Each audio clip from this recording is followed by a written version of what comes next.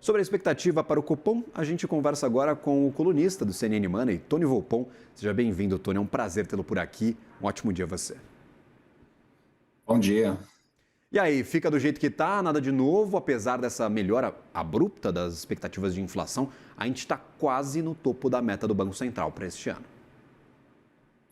É quase no topo, né? Obviamente, isso é uma boa notícia para o BC, e o que a gente tem visto é uma pequena, mas relevante melhora nas expectativas de mais longo prazo, né? Que é o que o BC realmente está tentando influenciar, né? Já que você tem essa ideia do horizonte relevante, né? E agora a gente tem um sistema formalizado onde esse horizonte relevante é móvel, fica mexendo, indo para frente, né? Não é mais o ano calendário. E você teve, né? Há várias razões para isso, né? A gente tem visto sinais de desaceleração em alguns setores da economia que são mais sensíveis a essa alta taxa de juros. Tem essa ideia que consumidor e alguns setores, né, do empresariado estão sobrealavancados, né? Teve muito crédito na economia nesses últimos anos, eles estão começando a sentir, né, essa conta chegando, né, com a Selic rodando em 15%, e você teve também a valorização do dólar, né? Então, tudo isso ajudando a pressionar a inflação de curto prazo para baixo.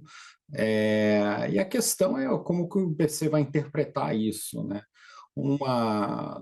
Ninguém está, obviamente, esperando que haja alguma mudança na Selic nessa reunião, mas pode ter mudanças na comunicação, que pode indicar que o BC está mirando um possível corte de juros mais para o início do ano, ou mais para o final do primeiro trimestre e início do segundo trimestre, né? Então, o mercado está dividido entre, vamos dizer, um corte em janeiro e um corte em março, né? E a ideia é que, se houver alguma mudança, né, na comunicação do BC nesta reunião, é porque eles estão sinalizando a intenção de fazer um corte no início do ano, em janeiro, né? Se não, prolonga um pouquinho e seria mais para março e abril. Perfeito. E aí, por exemplo, já vimos reclamações de outros bancos centrais sobre a falta de dados do Banco Central americano. Inclusive, ontem nós tivemos Lisa Cook falando com a imprensa, dizendo que quanto mais tempo dura este shutdown, menos confiáveis ficam os dados que receberemos a partir de agora. Isso pode influenciar de alguma forma o Banco Central aqui no Brasil? Ou, por exemplo, outros bancos centrais, como é o caso do japonês, de onde vieram essas reclamações de falta de dados, são mais expostos ao que acontece com a política monetária nos Estados Unidos do que nós por aqui, meu caro? É um problema para todo mundo, né? Dada a importância da economia americana, né? Mas aquela história, né? Você tem que trabalhar com os dados que você tem e tomar a melhor decisão possível. Então, não vejo isso como um impedimento, especialmente porque não se pensa em fazer um grande movimento nessa reunião. E tudo indica, né? Muito provavelmente até a próxima reunião de dezembro, esse shutdown no governo americano vai ser resolvido e a gente vai começar a receber dados da economia americana. Então, eu acho que é uma grande questão para o Brasil, ou pelo menos para o Banco Central, nesta reunião. Perfeito. E aí, por exemplo, quando a gente olha para dados de atividade, o que você enxerga para estes dados que nós estamos recebendo aqui e para o que a gente pode esperar para o ano que vem? Mesmo, claro, com essas projeções de queda de juros ou não, a atividade está dando sinais de desaceleração. São suficientes para talvez incentivar nessa tomada de decisão, por favor, Tony?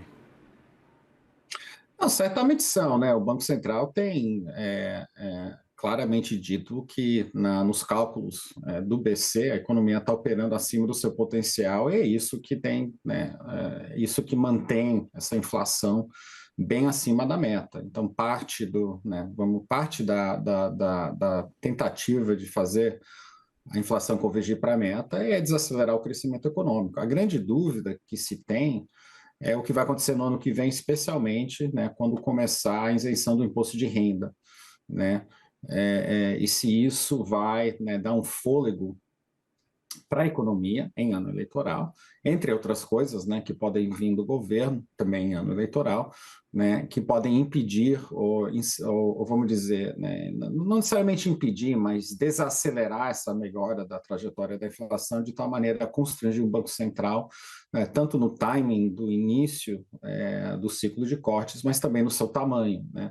Acho que uma interpretação que eu, pelo menos, tenho é que, na verdade, né, o tipo de política econômica que a gente teve durante esse governo, enfatizando muito aumento de arrecadação e distribuição dessa arrecadação para consumidores que têm uma propensidade a consumir muito mais alta, então você fica sobreaquecendo a economia, é uma das razões que apesar de ter uma taxa de Selic de 15%, a melhora no cenário inflacionário tem sido extremamente lento, né?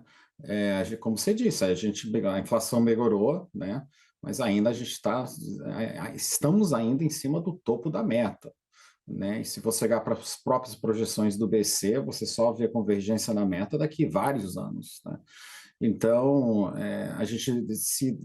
esse é o risco que o BC tem. E uma das razões pelo qual eu acho que a medida mais prudente, a decisão mais prudente do BC nesse momento, não seria indicar já um corte de juros no início do ano, mas realmente esperar para ver como a economia vai estar no primeiro trimestre, né, com essas medidas já entrando em vigor, para só aí tomar uma decisão se deve ou não, né, cortar a taxa de juros, pressupondo que eles realmente querem atingir a meta no horizonte, no horizonte relevante. Política de transferência de renda, o Tony, que se você menciona, ela é clara, a gente acabou de trazer uma matéria aí sobre 1,5 trilhão em benefícios sociais distribuídos desde a pandemia, mas a gente tirou vários dessa conta, senão a conta seria muito maior. A gente está desequilibrando com essa política a relação oferta-demanda, incentivando a demanda, mas a oferta não sai muito do lugar, isso causa inflação invariavelmente? Exatamente. Então, o que tem ocorrido? A gente não tem um déficit primário muito grande, né? Até colocando de volta na conta, por exemplo, esse gasto que vocês comentaram sobre defesa, isso não aumenta, não explode o primário, né?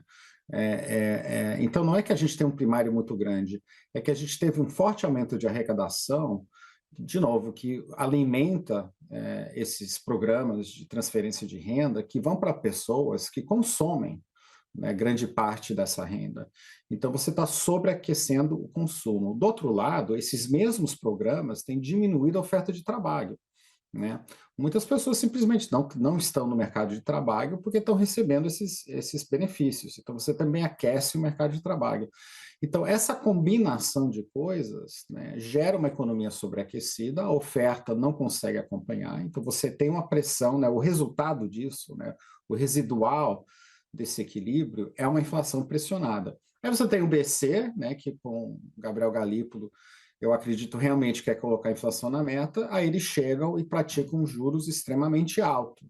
E como a gente vê, está tendo algum efeito sobre a atividade, está tendo algum efeito sobre a inflação, mas é um progresso muito lento e que pode ser eventualmente revertido, né, com essas novas medidas que vão entrar em vigor no ano que vem. Então, coloca a situação, o BC numa situação muito complicada, né? Eles claramente gostariam de iniciar um ciclo de queda de juros, mas se não fizerem isso com a devida prudência, né, eles vão perder a credibilidade que foi acumulada, né, durante esse ano, onde eles realmente, né, têm praticado um juros, né, uma política monetária extremamente austera, mas, de novo, né, como em compensação de uma política econômica fiscal e de distribuição de renda que tem sobreaquecido a economia. Dorival Pon, sempre um prazer tê-lo por aqui, meu caro. Um ótimo dia a você, um bom restante de semana. Tá bom, obrigado. Valeu.